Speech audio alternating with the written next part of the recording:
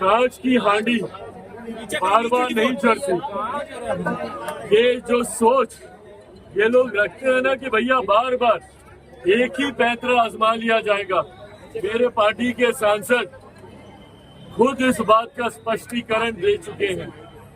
हर कार्यक्रम में मुझे राष्ट्रीय अध्यक्ष चुने जाने पर भी उन्हीं लोगों की सहमति थी।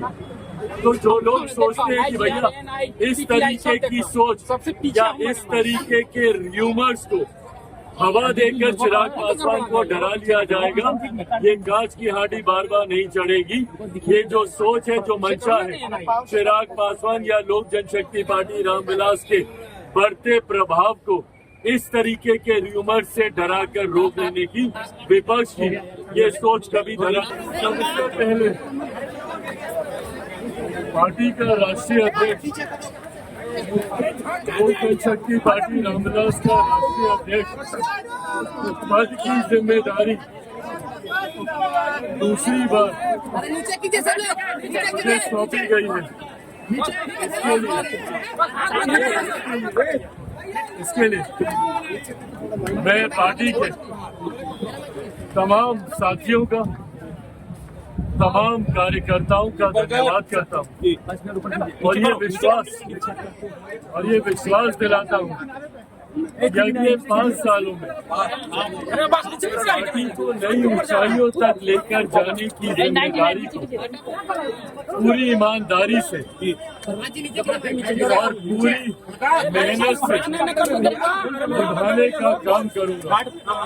ये पार्टी मेरे नेता, मेरे पिता आदरणीय रामविलास पासवान जी के विचारों पर चलने वाली पार्टी है, उनके सिद्धांतों पर चलने वाली पार्टी है। इस पार्टी के राष्ट्रीय अध्यक्ष की पुनः मुझे जिम्मेदारी है।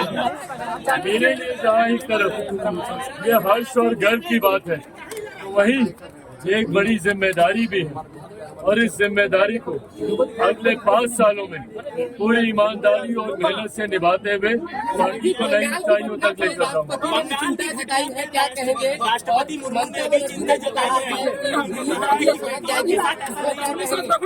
बिल्कुल ये चिंता का विषय है और देखिए जिस तरीके से जितनी घिनौनी ये घटना है, जिस तरीके से इस घटना को हम अंजाम दिया, ये मानसिकता दर्शाता है कि किस मानसिकता से ग्रस्त वो व्यक्ति था जिसने इस तरीके से इस घटना को अंजाम दिया।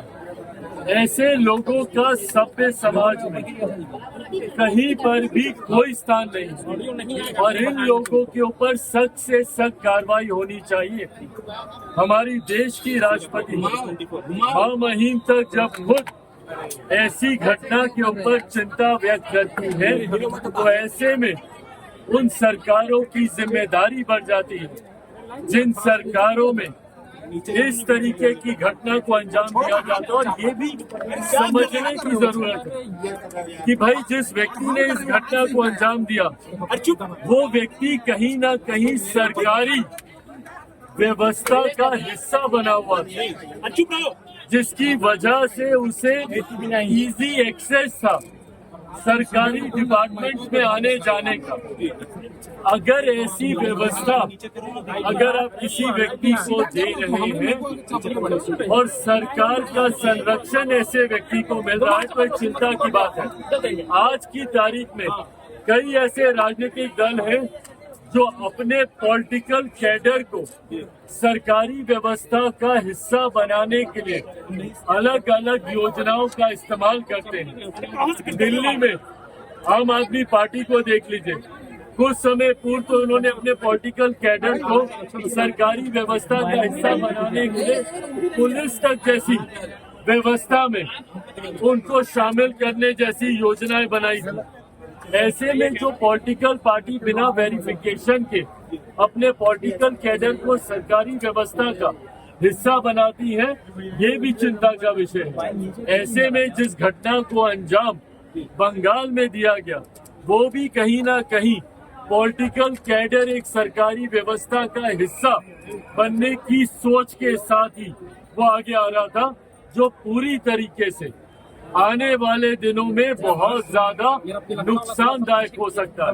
तो पॉलिटिकल पार्टियों को ये भी सोचना चाहिए कि भाई जब आप उनको सरकारी व्यवस्था का हिस्सा बना रहे हैं तो क्या उससे पहले उनका पूरा वेरिफिकेशन किया गया है, और अगर नहीं किया गया तभी ऐसी घटनाओं को अंजाम दिया जाता है। चिराग जी, आपके पार्टी पर तोड़ा जा रहा है, आरजेडी के लोगों का कहना है के मुद्दे पर धरना देने वाले हैं, क्या कहें? 1 तारीख को तेजस्वी इस यादव बात को आरक्षण के देखना मुद्दे पर आरक्षण के मुद्दे को लेकर जातीय जनगणना को लेकर के 3 तारीख को बिहार भाई जातीय जनगणना आप यहाँ पे करा ही चुके हैं।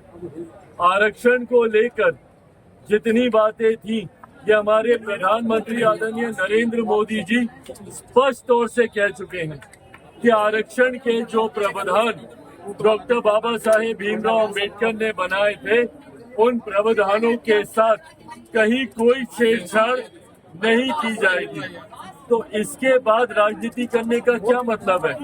और जहां तक रही बात जातीय जनगणना को लेकर, बिहार में जातीय आधारित जनगणना हो ही चुकी है और बाकी राज्यों में जहां पर इनकी चिंता है तो जिस गठबंधन का ये हिस्सा है, क्यों नहीं उन गठबंधन की सरकारें जहां जहां पर है वहां पर जातीय आधारित जनगणना कराई जाती है?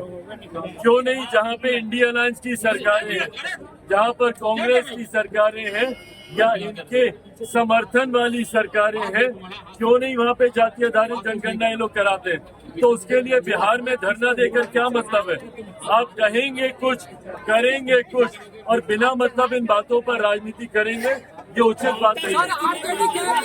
बंगाल चलेगा तो आसाम, बिहार और दिल्ली भी चलेगा। ममता बनर्जी कह रही है कि अगर बंगाल चलेगा तो आसाम, बिहार और दिल्ली भी चलेगी।